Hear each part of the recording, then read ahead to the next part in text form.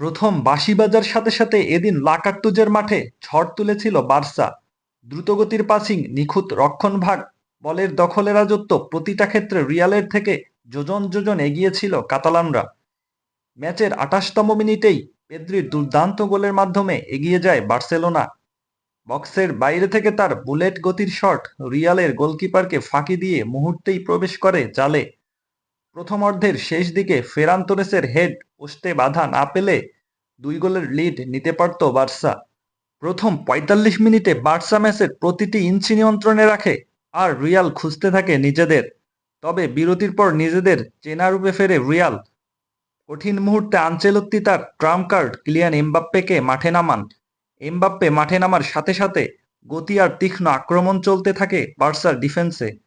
ম্যাচের ৭৪তম মিনিটে এমবাপ্পে একটি দুর্দান্ত ফ্রি কিক থেকে নিচু শটে গোল করে সমতা ফেরান।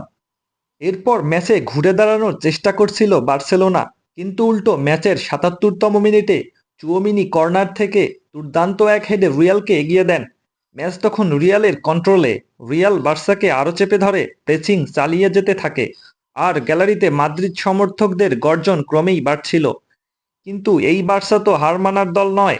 ৮৪ মিনিটে হঠাৎ এক কাউন্টার অ্যাটাকে গোল করে বার্সাকে ম্যাচে ফেরান তোরেস। এরপরই ম্যাচের টেম্পো আবারও নিজেদের দখলে নেয় বার্সেলোনা।